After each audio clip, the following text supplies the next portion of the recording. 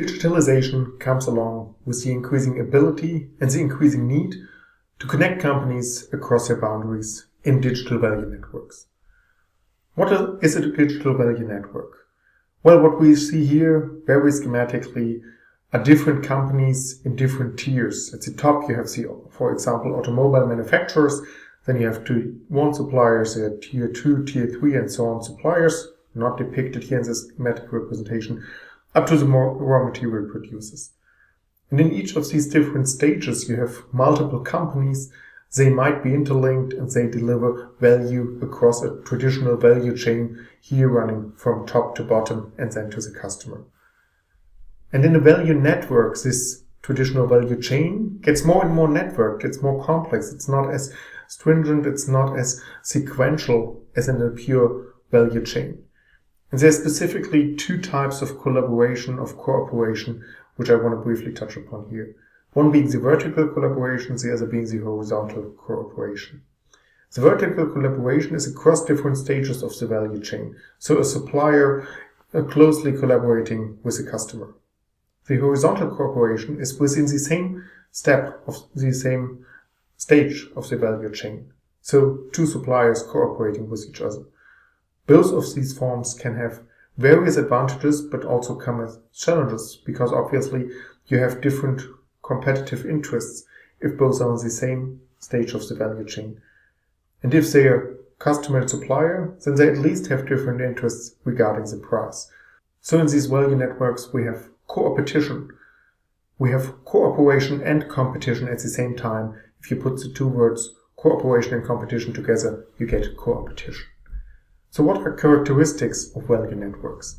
Well, it's the cooperation between individual companies to achieve a competitive advantage.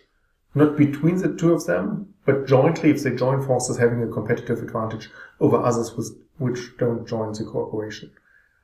It's about a reciprocal relationship between legally independent companies. So we are not talking about vertical or horizontal integration here. This would, for example, be acquiring your supplier, your customer, your competitors, and you would integrate the different companies. But we talk about collaboration of individual, legally independent companies. The next characteristic is the formation of communities of interest of potential value-added partners.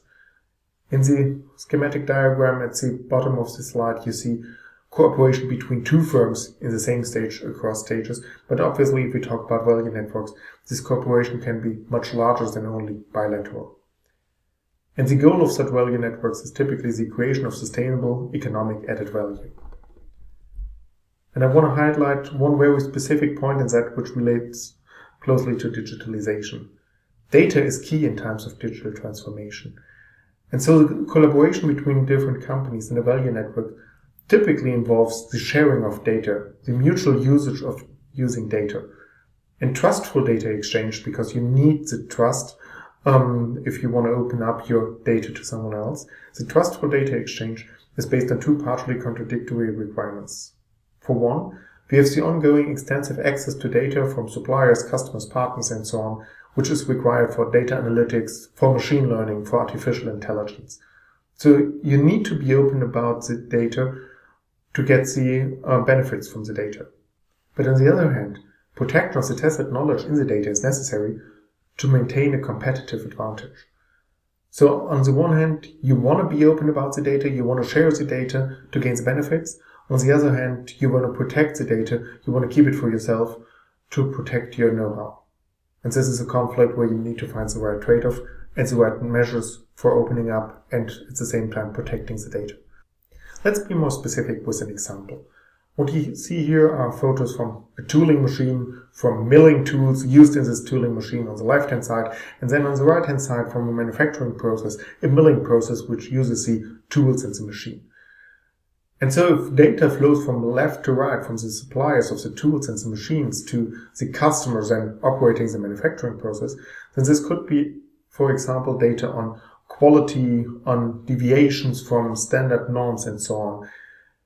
And on the other hand, the customer, the manufacturer using the equipment, could send back data on the wear of the tools, on the ways the tools were used and so on. And with this, you typically would use a cloud-based analytics service in the middle for transferring the data.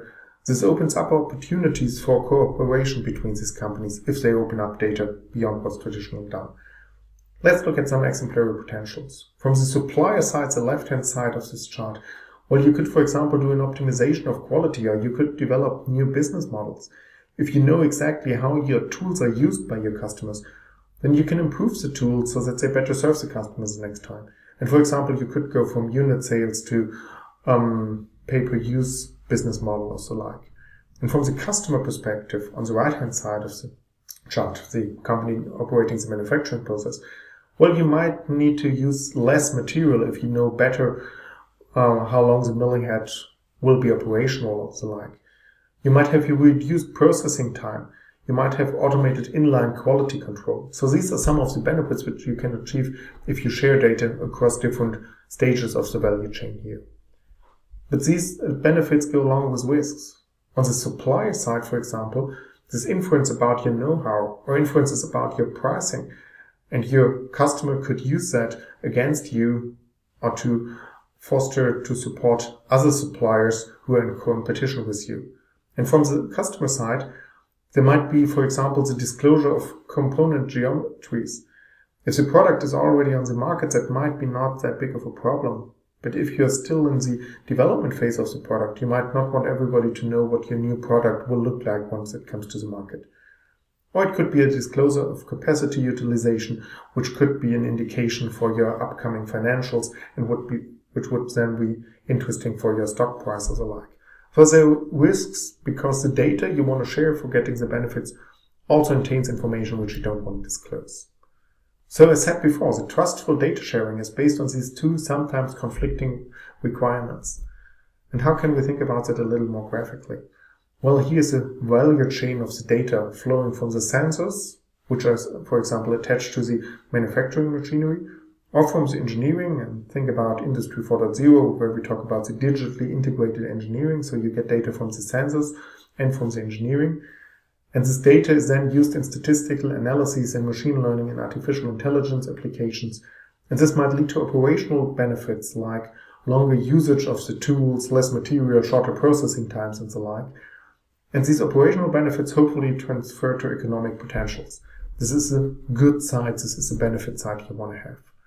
And for considering this, you need to take different perspectives into account. There's an engineering perspective on how to run these tools, how to run the manufacturing processes.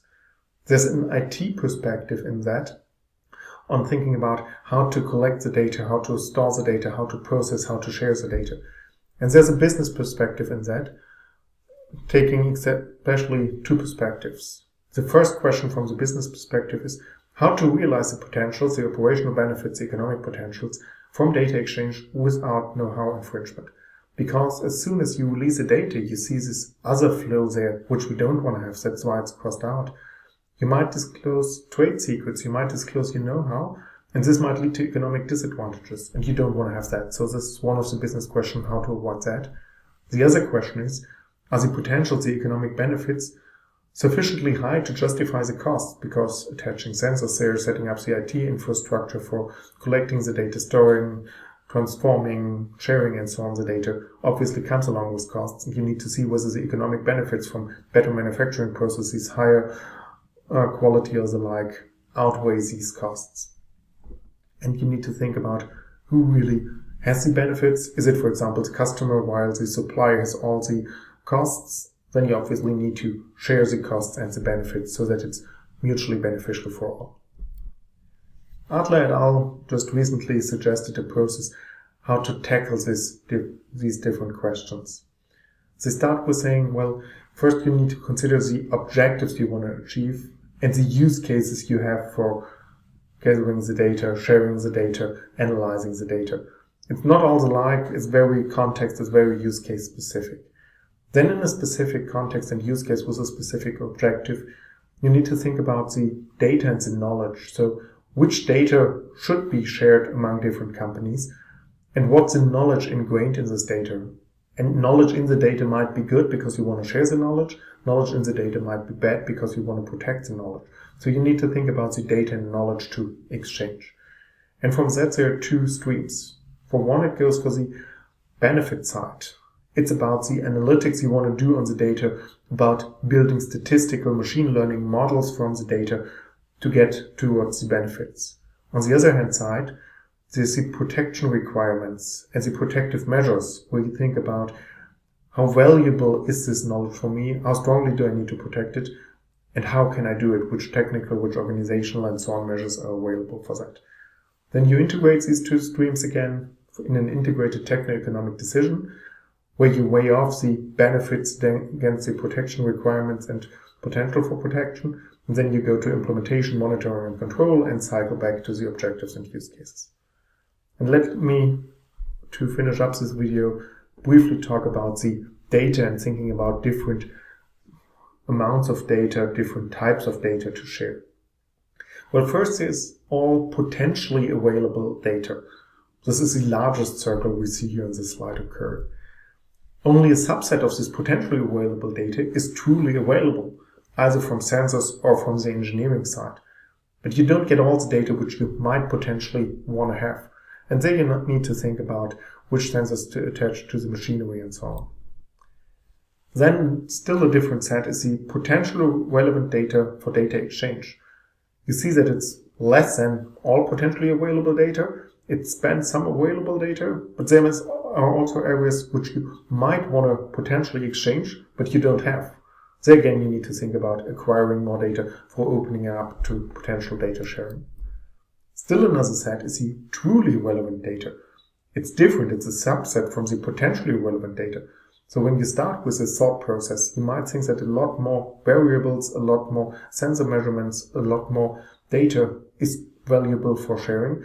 But once you start the analytics part, once you see which data you really need in your machine learning models to get towards the benefits, you see that it's only a subset of these which are truly relevant for sharing. And then there are two perspectives why you might not want to share everything which is truly relevant. One is the knowledge protection, the other is the data protection. Let's start with the data protection. In a manufacturing setting, this is typically less of an issue because these are the regulations on personal data, for example, specified in GDPR. But if we talk about machines and tools and not persons, then that's less of an issue. The bigger issue is the knowledge worth protecting. That's your business perspective on which knowledge are you willing to share or not. For that, you should see whether the knowledge ingrained in the data is valuable, if it's rare, if it's imperfectly imitatable, and if it's imperfectly substitutable. These are 4 criteria going back to the resource-based view of the firm and when a resource allows to get a sustained competitive advantage. And if the knowledge is valuable, if it's rare, if it's only imperfectly imitatable by others, and if it's only imperfectly substitutable by others, then it's worth protecting. If it's not, if it's either not valuable, not rare, or the like, then it's totally uncritical to share it. But if you want to protect it, then there might be an area of data, a share of the data, which you won't disclose at any price. And there's another part which is negotiable, where you need to talk within the value network with your partners and say under which terms and conditions, for which price, and with which protection measures attached are you willing to share the data. And that's where it gets really interesting on really tearing apart the benefits of this data and the protection measures for protecting the know-how.